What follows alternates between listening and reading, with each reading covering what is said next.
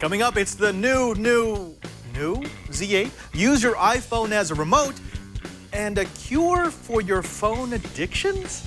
You gotta watch before you buy. Netcasts you love. From people you trust. This is Twit. Bandwidth for Before You Buy is brought to you by Cashfly at CACHEFLY.com. This episode of Before You Buy is brought to you by Samsung SmartThings. SmartThings lets you monitor, control, and secure your home from wherever you are using your smartphone. Right now, Before You Buy listeners get 10% off any featured SmartThings kit and free shipping in the United States when you go to smartthings.com/beforeyoubuy and use the offer code BEFOREYOUBUY at checkout.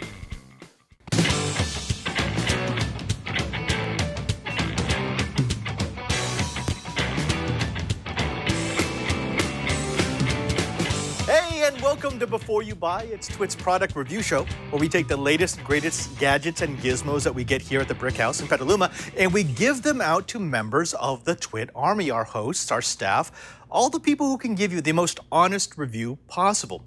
Well, this first one comes out of our need, really our techno lust, for new Android phones. Of course, there's one person that we need to talk to whenever we've got a new phone, and that's Jason Howell. We gave him the Nuu Z8, and this is what he thought.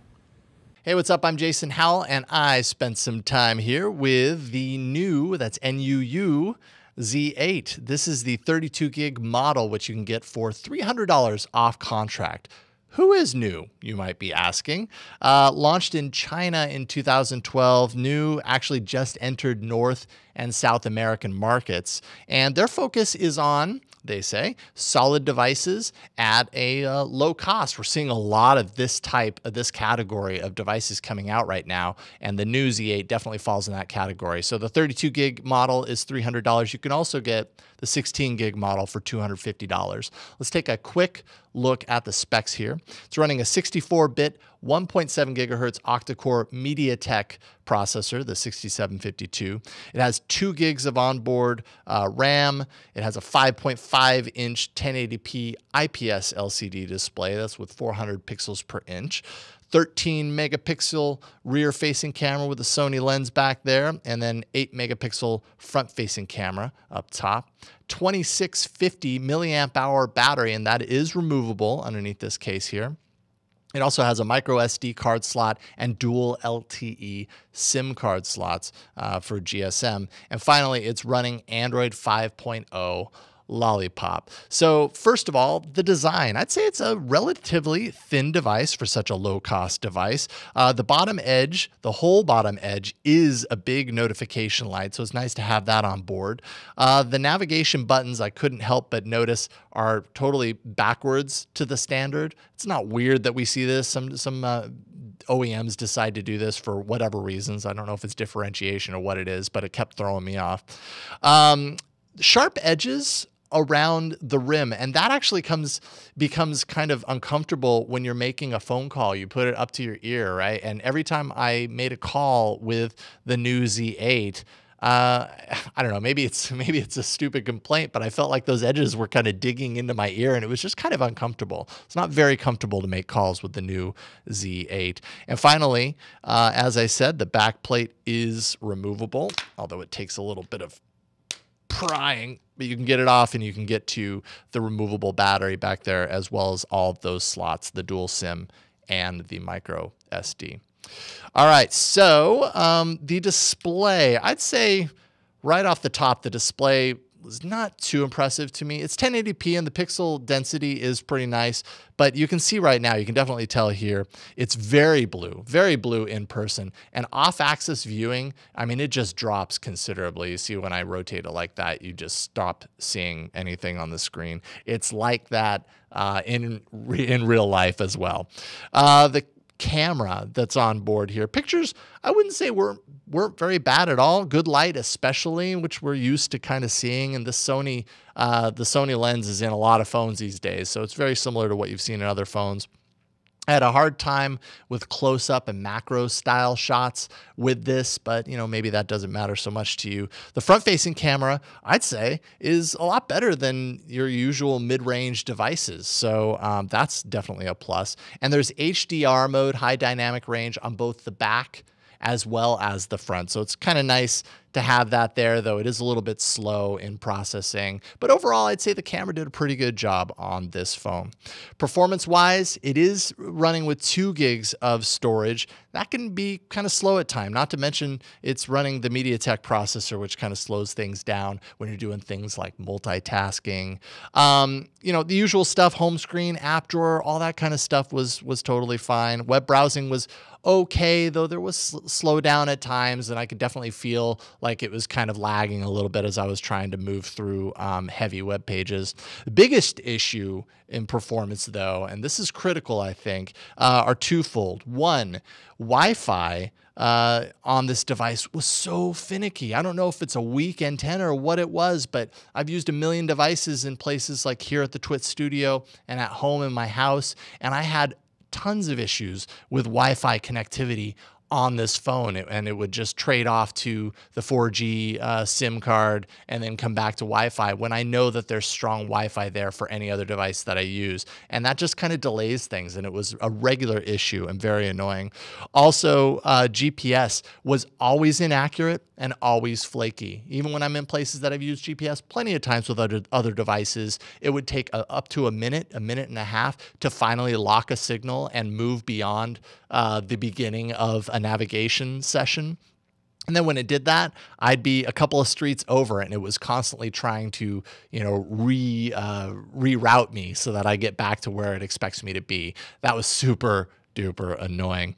And finally, the battery. I'd say the battery lasted pretty darn well. It never really ran out of juice. I felt like it was strong enough. That's probably helped by the fact that it's a 1080p panel on here, and so it's not requiring so much juice. But there you go. I will say that somebody reached out to me on Twitter to let me know that Nuu plans to push out an update sometime in the next week that addresses both the Wi-Fi and the GPS issues.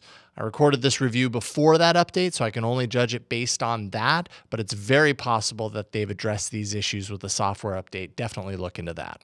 As for the software, pretty close to stock, I would say. A few minor additions, some things like scheduled power on or power off if you wanted to power off at night and then power on in the morning. That's kind of neat. Gestures that we see a lot these days: tap to wake, shake for the light, flip to mute, and all that kind of stuff. And then there's another feature that I didn't really use because you need 2 phones running this, but Hot Knot, which is kind of like Bump for bumping file transfers from one device to another. So let's take a look at the pros of the Nuu Z8. First of all, the display is sharp. I will give it that. The camera does a pretty darn good job considering that this is a mid-range device and we don't normally see great camera performance in mid-range. And stock Android with a few useful extras. Now for the cons, and these are big. Wi-Fi inconsistency, and it was just weak. And I'm sorry, that kind of makes this phone somewhat dead in the water at that point. GPS was also a big recurring issue. Some design touches, like the sharpness of the edges, kind of bugged me over time. And the display, as you can see, even though it's sharp, has an overly blue hue, and you just really can't shake that. As for my verdict, I'd have to give this a don't buy. I think it was, I think it's a good try, and on paper the specs seem really great, but just in my weekly use of this device, I kind of got a little bit more annoyed by it than I did enjoyed using it. And so when that happens, I kind of had to say I wouldn't recommend anyone buy it for now. Let's see what Nuu comes up with next with their next flagship device in this price range. It's a good start, though. My name is Jason Howell. You can catch my reviews here and on my other Android show, all about Android. We'll see you guys soon. Ooh, and it's a don't buy for the Nuu Z8 from Jason Howell. Unfortunately, it's not a bad phone, but at that price, it's not good enough. Maybe at half the price, that might be a buy, but with such a crowded field, with so many good phones, you can't have a substandard burner phone and price it as a flagship. So unfortunately, Jason Howell's going to have to turn that into the Android rubbish basket. Now, of course, you can find Jason every week, Tuesday night, for All About Android. It is the source for Android news as well as Android App Arena. We're going to switch gears. Let's get away from phones that don't quite cut the mustard and instead go over to some high quality, a little higher priced ear gear for sound. We gave a pair of Trinity DELTA earphones to our very own Mike Elgin, and well, this was his review. Hey, Mike Elgin, news director here at TWiT. I just want to tell you about the new Trinity DELTA earbuds. You can see them here in all their glory. These are super, super high quality earbuds, and we'll go into exactly why that is in just a sec. But first, if you haven't heard of Trinity, don't feel bad. It's a brand new British company, and they were founded actually by a former lead designer at Rockjaw. This product was crowdfunded on Kickstarter, and they were very successful in the Kickstarter campaign, but now it's completely out of the woods for the Kickstarter campaign. You just buy them like any other product, and the price is $135 for these earbuds. Now, why $135? Why not $29.95 or something like that? I'm going to tell you. They use a hybrid of BA and 8mm neodymium drivers. It's a really interesting, innovative approach. Instead of choosing one or the other, they use both. Now, if you look carefully at these, the outside is made with gunmetal CNC aluminum. It looks like gunmetal. It's a very unique look to this. It's a beautiful sort of like gray, shiny, very solid looking, and in fact they are very solid for the outer casing of the earbud part of it. They're not heavy though. They look kind of heavy, but they're really not. Now, one of the innovative things about this is that the Trinity DELTA earbuds come with 3 sets of tuning filters to fine-tune the sound. That's right, you can actually unscrew the end here and then drop in these tuning filters, which give you sound that's optimized for voice, optimized for certain types of music. You can choose the ones depending on what you like to listen to most often that optimize the sound. They also fit, and this is a thing that a lot of people complain about, is that earbuds tend not to fit very well. This set of earbuds comes with 5 sets of ear tips, and they come in a wide range of sizes, so no matter what is going on with your ears, these will fit because you can just put in the right size of the ear tips. Now, if you notice, the 3.5mm jack is in polished aluminum with a gold-plated tip. It's a beautiful jack. I don't know if it's possible for jacks to be beautiful. This is a beautiful jack, and of course, that's real gold on the end there. So that's a nice option. Now, the cable is sort of braided. They call it tangle resistant. It's not particularly tangle resistant, and I don't think it looks particularly good, but it is different looking. It's this strange sort of braided cable material, and it comes with a handy hard carrying case which will carry the earbuds, the additional optional tuning filters, whatever it is that you need to carry around, and you'll protect it very nicely. Now, let's start with the only thing that really matters, which is the sound quality. The sound quality is amazing on these earbuds. The bass is full and rich. It doesn't interfere with the mid-ranges and higher notes. They sound like $400, $500 earbuds. They sound like the highest end, but of course they're much less than that, and that's one of the other pros about this is the price. You may be used to, a lot of people are used to spending less than $135 for earbuds, but these earbuds are just really well priced. This is a really, really good price for what the quality actually is for these earbuds. And of course, the materials all feel very premium, and that's an important thing if you're going to spend this kind of money on any sort of hardware. You want the materials to feel good. The silicone on this feels good. The gunmetal looks wonderful. The jack is great. Every piece of, even the carrying case, it's all really high quality materials. Now, let's talk about the cons. It's a little awkward to change the tuning filters, just the fact that you have to unscrew, and it's a really tiny, tiny little filter. And it's, easy to lose, that sort of thing. So the whole swapping tuning filter things is great. You're probably going to want to pick the ones that suit you best and just kind of leave them in there. You're not going to want to be swapping them all the time. I also don't like the braided cable. I don't think it solves any particular problem, and I don't think it looks all that good. And these are not good for exercise. So if you like to run, if you're going to be doing anything that involves moisture, if you're going to be sweating or whatever, these aren't earbuds that you're going to want to use for those. You're going to want to use dedicated exercise earbuds. So is this, so what's my recommendation? Buy, try, or don't buy? I'm going to give this a solid buy. These are super high quality. If you care about high quality sound, this is going to deliver it for you. And again, the price is really phenomenal. They're using real innovation, high quality materials, and they give you a very, very satisfying, flexible range of sounds and fits and so on. This is a really great product. So I strongly recommend the Trinity DELTA earbuds. Mike Elgin, and back to you.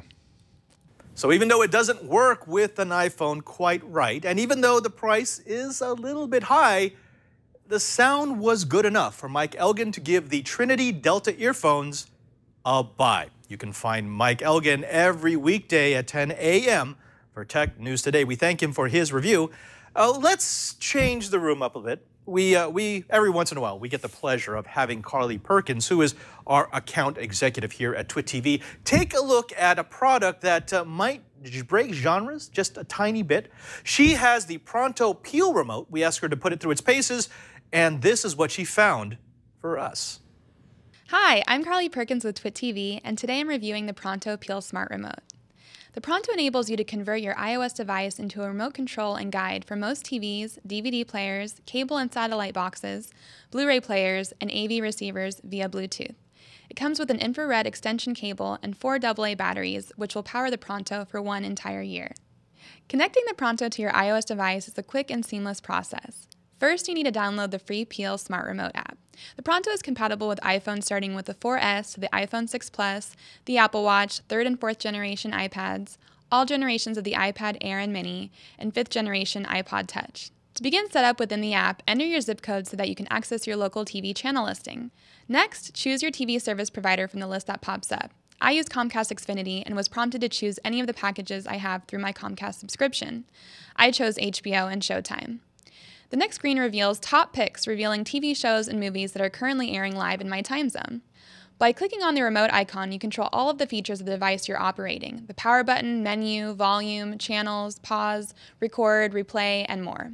The interface is modeled after the traditional remote of the device you're operating, so if you're using the Comcast remote in the Pronto app, you'll find the on-demand menu button, just as you would on a traditional Comcast remote control. I tested out the Pronto with Panasonic and Vizio TVs, a Comcast cable box, a Philips DVD player, a Roku 3, and a Panasonic home theater system. I found that when it came to navigating features on the TV, DVD player, and Roku with the Pronto app, I didn't have any trouble. However, audio systems were another story. I was able to easily turn the Panasonic home theater system on and off, but it took several attempts to sync up to the audio correctly. Eventually it worked, but I had to fumble with it for a while, which took the ease out of the whole point of using the Pronto, which is to quickly and painlessly control my audio equipment. The main pro for the Pronto is its quick setup and the fact that it pairs with so many different types of video and audio hardware, which is also a plus if you want to use it on the go. Under Settings, you can add multiple rooms and devices so that no matter where you are, you can easily pair the Pronto with your iOS device. Another pro is the Favorites feature, where you can go directly to your most watched television channels and find out what shows are currently on and will be airing throughout the week. You can even choose your favorite films and see a list of all the dates they are going to be on TV in the near future. You can find the Pronto online for as little as $50, which is on the high end for universal smart remotes. Another con is that it only pairs with iOS devices, so if you're an Android or Windows Phone user, this product is not for you. However, you will be able to use the Pronto with selected Android phones in late 2016. If you're someone whose house is cluttered with multiple remotes for all of your audio and video hardware, and you're an Apple user, the Pronto and Peel Smart Remote could be a great addition to your smart home. And that's why I give it a buy. I'm Carly Perkins, and this has been my review of the Pronto Peel Smart Remote. It's a buy for the Pronto Peel remote from Carly Perkins.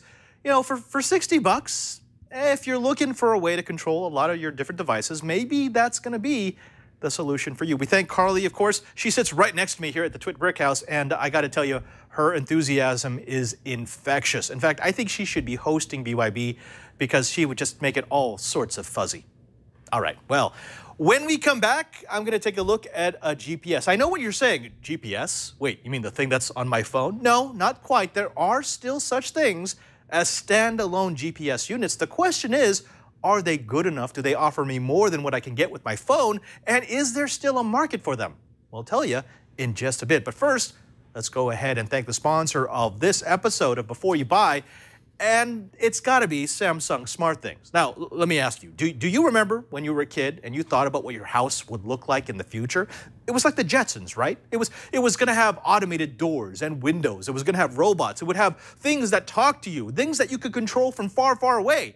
Well, we don't quite have the robots, although there are Roombas, and we don't quite have the houses and cars that float in the sky, but you can have a smart home thanks to Samsung SmartThings.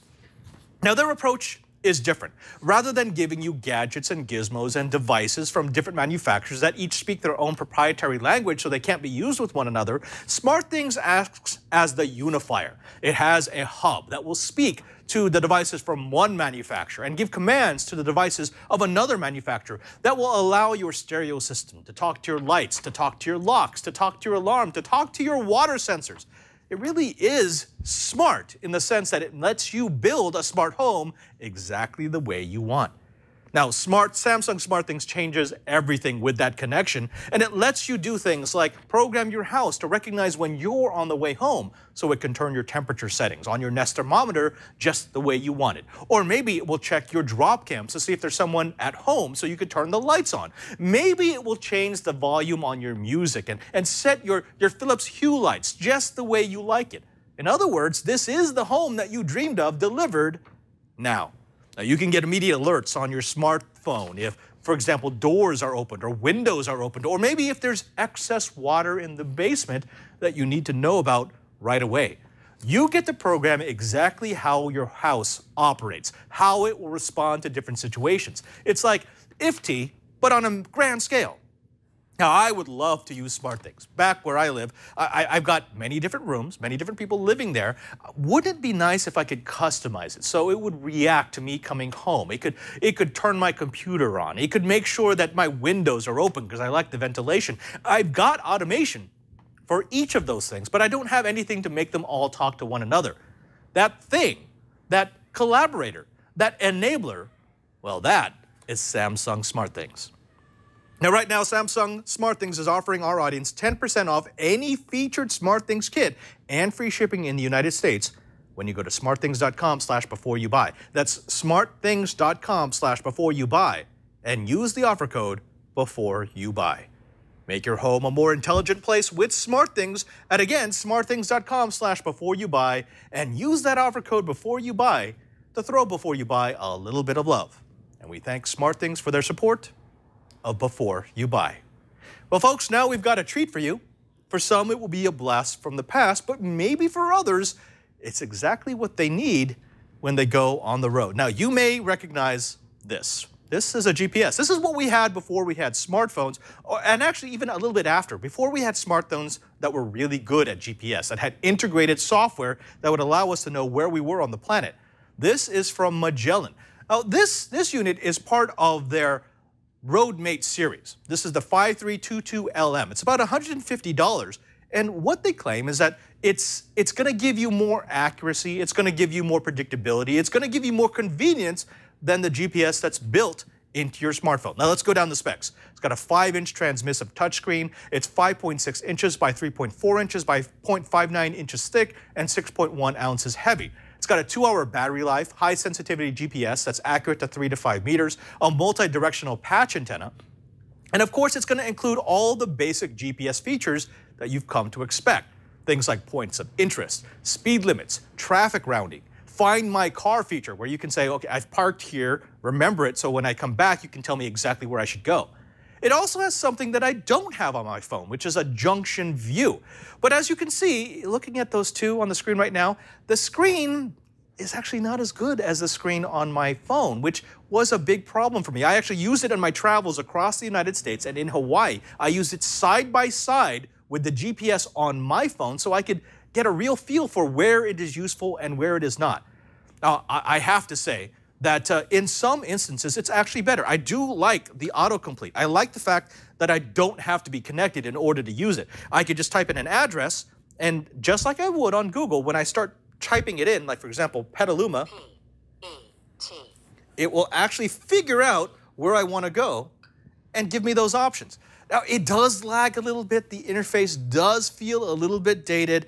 And I gotta say, at the very beginning, I didn't give this much a hope of ever winning me over. It just didn't feel right. It felt like, why would I ever want to use this if I've got a smartphone, if I've got something that's connected to the internet that is always updated? But they give you a couple of other things along with this. They give you unlimited updates forever. And actually 4 times a year, they're gonna update the maps, which means you're gonna get Google Maps-esque accuracy. And they'll also give you things like traffic camera alerting and speed alerting so that you know how fast you should be traveling and you know where traffic cameras will pop up so you can avoid them. It also does real-time traffic routing just like you would get on a connected phone, except you don't have to worry about network connectivity. If you've ever traveled with a GPS on your phone, you know that sometimes you run into spaces where you get spotty coverage and suddenly your traffic alerting goes away, or even, worst case scenario, the map itself goes away. It's not going to happen if you're using a dedicated GPS. Now let's talk about the pros and the cons. The pros is definitely the lifetime 4-time-a-year annual update. Speed limit, traffic cam alerting, I like that. The highly accurate maps and no need to be connected. In fact, there was one place where this really came in useful. And as you can see, I still have the map set for that. When I was in Hawaii, my Google device on my phone kept telling me to go down the wrong way of a one-way street. I guess someone put in that information wrong or they just didn't map it out correctly. But Google Maps kept giving me wrong directions. That didn't happen anywhere else. I traveled all the way across the country from Washington, D.C. all the way back to San Francisco, and both my phone and the GPS were just as accurate. But if you're in a place where the maps aren't as good, or let's say the GPS signal isn't as accurate, then this actually does have a use case. However, on the cons, poor battery, 2 hours, not great. Not a great screen. I actually got better performance from the screen on my phone than I did on this, and this was designed to be used in direct sunlight, so that was kind of not so great. Now, when we come down to a verdict, try, buy, or don't buy, it's a little bit mixed. There definitely is a use case, and that's what we look for on this show. Is there a place that this becomes the product to buy, the product to have? And I'd have to say, yes, there actually is. If you are a professional driver, if you don't like having a smartphone, or if you go into places where your smartphone will often lose connectivity and you need to stay on the road, then this is a device that is worth $150. Unfortunately for the rest of us, if you have even a decent smartphone and even a decent connectivity plan, this is a relic from the Cold War. So, if you are one of those few people who absolutely needs to have your maps at all times, in all places, then buy. If you're the rest of us, the 99% of us, then unfortunately, the Magellan RoadMate LM, or sorry, the 5322LM is a don't buy. Well, I was kind of hoping to bring back the goodness. I remember having my first GPS device, and it was magical, but now it's just kind of dated. Now, coming up, we've got a parting shot. And it's a very weird parting shot. In fact, the base of the GPS that you just saw, that's not actually the base of the GPS. That is the parting shot. Do you have people in your life who need to not use their phone? Well, if so, Megan Maroney's got something for you. It's the NoPhone. The new iPhones have been announced. Are you going to get one? You might, but maybe you want something a little bit cheaper. You can get an Android phone. They have all range of prices, or you can get something even cheaper. This is the NoPhone, and I'm going to unbox them here for you. There's 2 NoPhones. The first is the basic version, and you can get it for only $12. That's right, $12, and it is compatible with all operating systems. It runs Android, iOS, and when I say compatible with all operating systems, I mean that it runs no operating systems. Here it is. It's a piece of plastic. Why would you want a piece of plastic? Well, because sometimes you just want to hold a phone, but you don't want to do anything with it. That's basically what the NoPhone does. It has nothing. And it does nothing. But wait, there's more. There's the NoPhone SELFIE. That's a little bit of an upgrade from the basic version. It will cost you $18. And in addition to this plastic that fits good in your hand, it has a mirror on it. Get it? NoPhone SELFIE. I read about these in the New York Times. It's basically just kind of making fun of the way that we use our phones today, which is sometimes we just use them as security blankets. This one doesn't make noise, doesn't do anything, just feels good in the hand. The pros of the NoPhone: it's cheap. It's pretty much the cheapest phone you can get out there. Other pros: the size. It fits right in your pocket. You can drop it. You can throw it. You can bite it. You can have your kid bite it. It's not going to do anything. You can also paint it. Glitter, also a pro. The pro of the NoPhone SELFIE: if you need to put your makeup on or just check to see if you don't have spinach in your teeth, that is a definite pro. The cons: they're not a phone. It's just a joke. That's a big con, but make a good gift for your phone-addicted friend. I'm Megan Maroney, and that is the review of the NoPhone and the NoPhone SELFIE. Sometimes I swear my producer is just trying to make me crack up on set. But Megan Maroney gives the NoPhone and the NoPhone SELFIE a buy. Yeah, it's $12, it's $18, but I could see this being sort of a mommy pick. This is something that you give your kids if you want them to play with something. Maybe it's something you use if you need a hand model. I'm not really convinced on the use case for it, but I trust Megan, and if she says it's a buy, it's gotta be a buy. That's all the time we have for this episode of Before You Buy. I want to thank all of our reviewers for their reviews. Of course, to Jason Howell, of course, to Mike Elgin, and of course, to Megan Maroney. We wouldn't have a show without you. I also want to thank everyone who makes this show possible. That means Lisa and Leo for letting us do Before You Buy, to Karsten, our super producer, and to my TD for the day, who is Victor. Victor, I don't know if you have a camera on yourself, but if you could wave to the audience, because you do a lot of stuff behind. There you go. There he is. This man is one of the hardest working people at Twit TV, and you never, ever see him because, well, Twit, that's how we roll. Don't forget that you can watch this show live every Tuesday around 3 o'clock p.m., live.twit.tv. As long as you're watching live, jump into our live chat room at irc.twit.tv, and you can actually participate. You can ask questions during the show, and we'll try to give you your answers. Until next time, I'm Father Robert Ballecer, taking a selfie of myself. And remember, you've got to watch before you buy.